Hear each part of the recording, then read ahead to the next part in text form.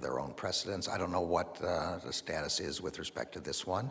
I certainly understand the argument, and I'll see if I can find out what OLC is doing in this respect. Thank you very much, and I yield back.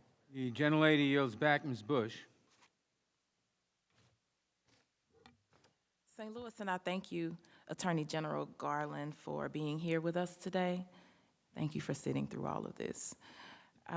Since your confirmation in March of 2021, at least 128 Black people have been killed by law enforcement officers in the U.S. That's one Black person killed by law enforcement every 2 days, and that is an undercount.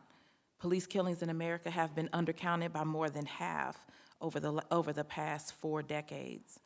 Attorney General Garland, as the people's attorney, do you think that law enforcement officials are above the law?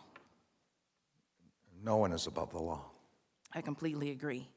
And let's see how well that's going. Are you aware that Black and brown people are disproportionately stopped, searched, and arrested by police, often for minor infractions? I've certainly read that, and I'm not surprised to learn it. Thank you. Are you aware that according to the FBI, white nationalists have infiltrated rank-and-file police departments? I'm not sure I know the specific reference that you said about the FBI. I know that there are problems in some police departments with respect to domestic violent extremists being in the ranks, and I know that many police departments are trying to make sure that that's not the case. But I'm not sure I know the reference that you're talking about. Okay. I would like to seek unanimous consent to enter this report from the Brennan Center 2020 report detailing white supremacy in police forces. Without objection. Thank you. Are you aware that from the statistics we do have, we know that Black people are killed by police at 3 times the rate of white people?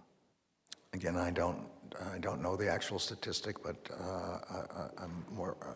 I wouldn't be surprised if that were the case, and I'm happy to accept, your representation. Thank you. Again, I ask to seek unanimous consent to introduce a Harvard School of Public Health report on fatal police encounters into the record. Without objection. Thank you. In light of these realities, do you believe that systemic racism exists in law enforcement agencies?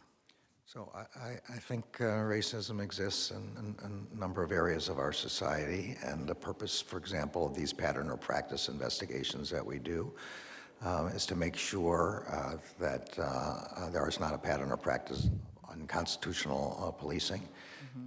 That's the job of the Civil Rights Division, to look at these matters, to take into account complaints in this area, and to investigate them. The department requested $1 billion in federal funding for law enforcement agencies in fiscal year 2022, an increase from last year. We are rewarding police departments rather than holding them accountable for racist practices. The department has a powerful tool at its disposal.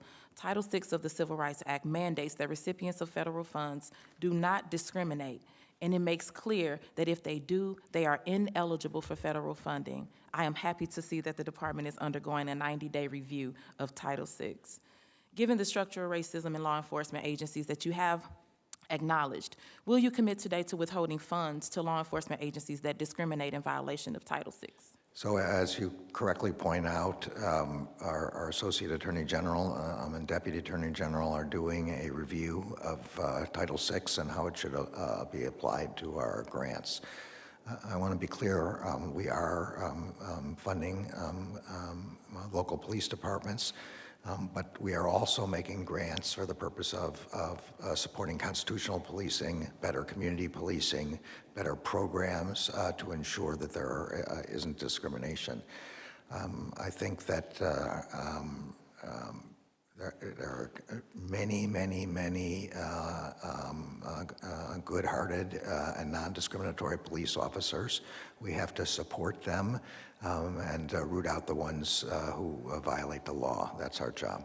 Absolutely, and for me, if you know that your colleague is not doing something right, if you know your colleague is racist or has racist practices and you don't speak up, that means that you're not a good one. You're not a good police officer as well.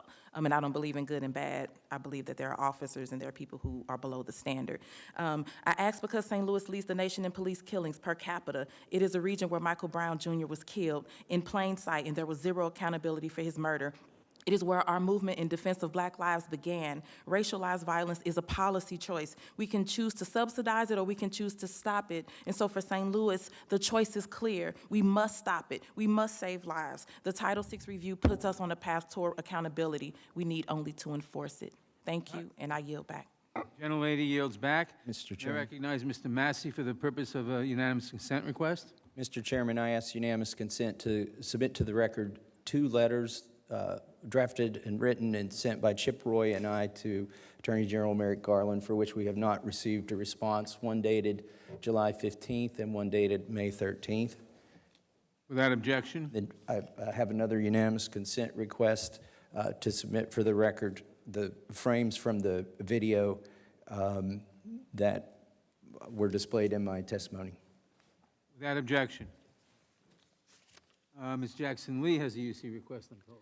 Mr. Chairman, thank you very much. I ask unanimous consent to put into the record document produced by the Sentencing Project in the extreme women served life without parole and death sentences in the United States. I ask unanimous consent. I ask unanimous consent to submit into the record the Senate Judiciary Committee report subverting justice. It's unanimous consent. Without objection. And also to place into the record legislation I introduced preventing vigilante stalking that stops women's access to health care and Abortion Rights Act of 2021 regarding the stalking done by the abortion bill of Texas. Ask unanimous consent. Without objection. Thank you, Mr. Chairman. This concludes today's hearing. We thank the Attorney General for participating.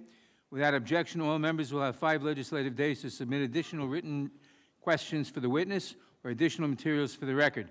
Without objection, the hearing is adjourned.